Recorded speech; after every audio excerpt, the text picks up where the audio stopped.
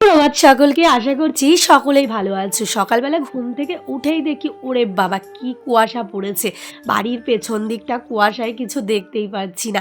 এই বছরে এই আজকের দিনে আমি এত কুয়াশা দেখলাম। এবার সকালবেলায় আগে উঠোনটা ঝাড় দিয়ে দিই, কারণ বাবান তো স্কুলে যায়। বাসি উঠোন রেখে তো আমাদের আবার সনাতন ধর্মে এটা কিন্তু নিয়ম নয়। তো এই বাড়িতে গোপালও আছে, তাই বাসি উঠোনটা আগে ঝাড় দিয়ে বাবানকে উঠিয়ে আগে গরম জল খাইয়ে নিই।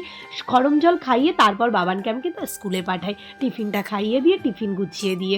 এবার আমি সমস্ত কাজ কমপ্লিট করে বসলাম। এটা কি বলো তো, আমার হাতে কালো মেঘ পাতা। এটা আমি অনেক দিন ধরেই খাই। আমি যেহেতু কোনো তেতো ভাতের সাথে খেতে পারি না, আমি জানি না কেন। ভাতের সাথে আমাকে যত ভালোভাবেই তেতো রান্না করে দাও, আমি সেটা কিন্তু খেতে একদম পছন্দ করি না, আর খেতে পারবো না। সেই ভাতটা আমার গলার নিচ থেকে আর নামবেই না।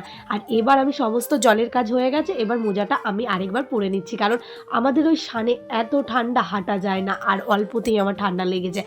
তার থেকেও বেশি সমস্যা কী বলো তো, এই যে ফ্রিজের যে ঠান্ডা সবজিগুলো, এগুলো না কাটতে কাটতে হাত একদম অবশ হয়ে যায়। একদিকে ভাবি ঠান্ডা থেকে বাঁচবো, কিন্তু আরেক দিকে ঠিক ঠান্ডা লেগেই যায়। কিন্তু কিছু করার নেই, আর বাড়ির কাজ তো করতেই হবে। সমস্ত কাজ করে এবার সকালে টিফিনটা করে নিচ্ছি। আমি সকালের টিফিনে কিন্তু সবসময়ের জন্য হয় দুধ বিস্কুট বা দুধ মুড়ি, বা এখন তো খই আছে আমাদের বাড়িতে, তো এগুলোই খাওয়ার চেষ্টা করি। আর এগুলো খেয়েই কিন্তু আমি ওই মোটা থেকে রোগা হয়েছি। আমার ডায়েটে এমন কিছুই ছিল না।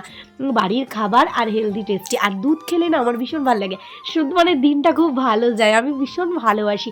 আমার মাকেও দেখেছি, কিছু থাকুক না থাকুক একটু দুধ থাকলে বা আম থাকলে খুব ভালো খেয়ে নেয়। মায়ের কাছ থেকেই শেখা। আর আমার ছেলেও কিন্তু এরকমই হয়েছে।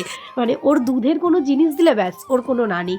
ওকে ভাত ডাল রুটির থেকেও বেশি একটু দুধ ভাত দুধ রুটি দিলে ও ঠিক ভালো মানুষের মতো খেয়ে নেবে। এমনি খাওয়া নিয়ে দুষ্টুমি করে না।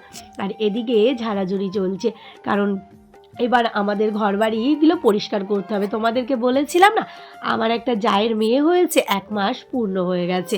তাই ঘরবাড়িগুলো এবার পরিষ্কার করে আমরা গঙ্গা স্নান করতে যাব। আর এগুলো পরিষ্কার করা হয়ে গেলে, গঙ্গা স্নান করে আসলে ব্যাস আমাদের আর আতুরের কোনো ঝামেলা থাকবে না। তারপর আমরা পুজোও দিতে পারবো। অনেক দিন ঠাকুর ঘরে যাই না, মানে গোপালের সাথে কথাই হয় না।